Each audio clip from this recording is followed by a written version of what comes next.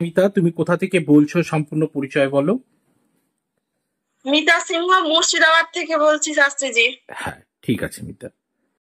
মিতা, আজকে সরাসরি আমাদের অনলাইন কনসালটেন্সি হলো। মিতা, কেমন লাগলো আজকে অনলাইন কনসালটেন্সি? এবং সরাসরি বলে দেওয়া হলো তোমার বাবার বাড়িতে যেখানে স্কুলে কাজ করতা আগে একটা টাইমে, সেই পিরিয়ডের টাইমের একটা মানুষের নাম বলে দেওয়া এবং তার সঙ্গে কানেকশন এবং অদ্ভুত ভাবে একটা পেপারস মানে কাগজপত্র নিয়ে ব্যাপার, সেই ব্যাপারটাও তুলে ধরা হলো। এবং ধরা হলো যে আজকে ছেলের প্যান্টের ব্যাপারটা নিয়েও একটা আলোচনা করা হলো, যেটা একটা ইউজ হচ্ছে অন্য কাজে সেটা সম্পূর্ণ বলে দেওয়া হলো। এবং যেই জিনিসগুলো গুছিয়ে রেখেছো সেটাও বলা হলো, এবং চুড়ি এবং সেই চুড়িটা নিয়ে কি হয়েছে না হয়েছে সেটা ডিটেলস বলা হলো। এভরিথিং কেমন লাগলো মিতা?